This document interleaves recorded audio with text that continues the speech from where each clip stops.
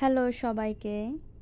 আজকে হচ্ছে এখানে কাঁচামরিচের একটা আচারের রেসিপি নিয়ে এসেছি। যদিও এটার একটা লাইভ আমি গতকালকে রাত্রেই করেছি, তাই ভাবলাম যে ডিটেলসে আজকে আচারের যে রেসিপিটা ওটা দিয়ে দিই। এখানে হচ্ছে রসুন, অনেকগুলো রসুনের কোয়া নিয়েছি, এরপর হচ্ছে সরিষা বাটা, এরপরে লাগবে হচ্ছে মিষ্টির জন্য হচ্ছে গুড়।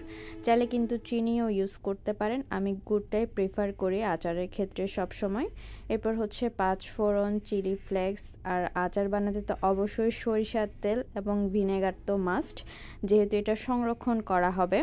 আর মেইন উপকরণ হচ্ছে একদমই বড় বড় দেখে মরিচ, কাঁচা মরিচ, যেগুলো একদমই এখন বের হচ্ছে। বড় বড় কাঁচা মরিচগুলো কিন্তু ঝাল অনেকটাই কম থাকে, তাই বেছে বেছে বড় বড় যেই মরিচগুলো পাওয়া যায় ওগুলোই চুজ করতে হবে।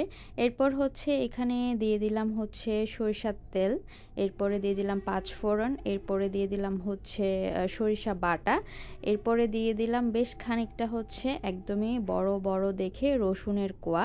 এগুলোতে তেলের মধ্যে সব কিছু দিয়ে ভালো করে একদম নেড়ে চেড়ে নিয়ে নিতে হবে।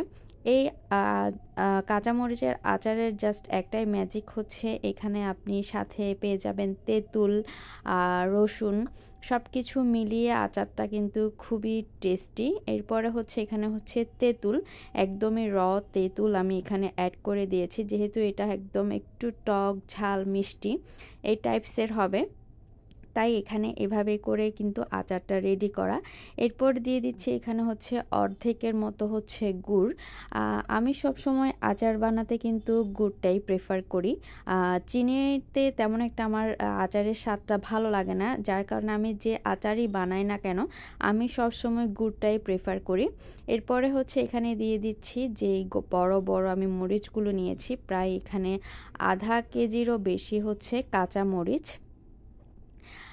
অনেকগুলোই একসাথে এখানে সবগুলো মশলার সাথে ভালো করে এখানে হচ্ছে এটা মিক্সিং করে নিচ্ছি।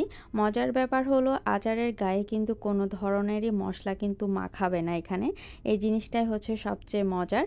তারপরও এখানে হচ্ছে যে মশলাটা আমি করেছি তেলের সাথে সব কিছু নাড়িয়ে চাড়িয়ে নিচ্ছে, এবং সবার লাস্টে ব্যালেন্সিংয়ের জন্য দিয়ে দিচ্ছে হচ্ছে চিলি ফ্লেক্স। অনেকে হয়তো ভাববেন যে কাঁচামরিচ এত ঝাল, তার উপর চিলি ফ্লেক্স কেন? চিলি ফ্লেক্সটা হচ্ছে যে এখানে গুড়টা দিয়েছি ওটার হচ্ছে একটু ব্যালেন্সিংয়ের জন্য। এরপরে এটা হচ্ছে অনেকক্ষণই তেলের মধ্যে রেখে জাস্ট এটা মরিচগুলো এমন পর্যায়ে নিয়ে যেতে হবে যে একদমই মরিচের ভেতরে তেলে যেন টইটুম্বর হয়ে মরিচগুলো একদম যেন ফুলে ফুলে যায়। এই পর্যায়ে কিন্তু মরিচের যে স্বাদটা ওটাই কিন্তু বের হবে। আর এটা হচ্ছে সংরক্ষণের উপায়টা সবার লাস্টে ঠান্ডা করে কিন্তু ভিনেগারটা এখানে ঢেলে দিয়ে সরিষার তেল দিয়ে ডুবো ডুবো করে কিন্তু এটা আপনি সংরক্ষণ করে রাখতে পারবেন। সংরক্ষণের আসলে প্রয়োজনই পড়বে না, আচারটা এত মজা হয়েছে যে এটা 1 মাসের ভেতরেই মনে হয় শেষ হয়ে যাবে। অলরেডি আমি 2টা কাঁচামরিচ এখান থেকে খেয়ে নিয়েছি। তো আজকের ভিডিওটা এ পর্যন্ত, সবাই ভালো থাকবেন।